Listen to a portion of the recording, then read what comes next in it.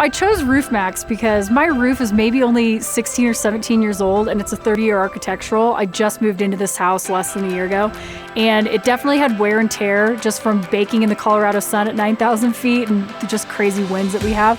But it's not a prime candidate for total roof replacement, so this is a really unique product to put on the roof just to give it a little extra life. I definitely noticed my roof just looked very thirsty before, and it really did bring back a lot of vitality to the shingles. The asphalt was clearly blacker and more saturated with the oil that it was lacking, and the color came back. When I walked around up there, you could definitely tell it's not so crunchy up there. The pliability, the flexibility of the shingle has been restored.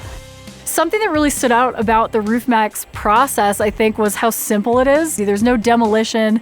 It probably took only an hour to do the entire roof. It was super easy and instant results. Like, you can see right away the difference that it makes.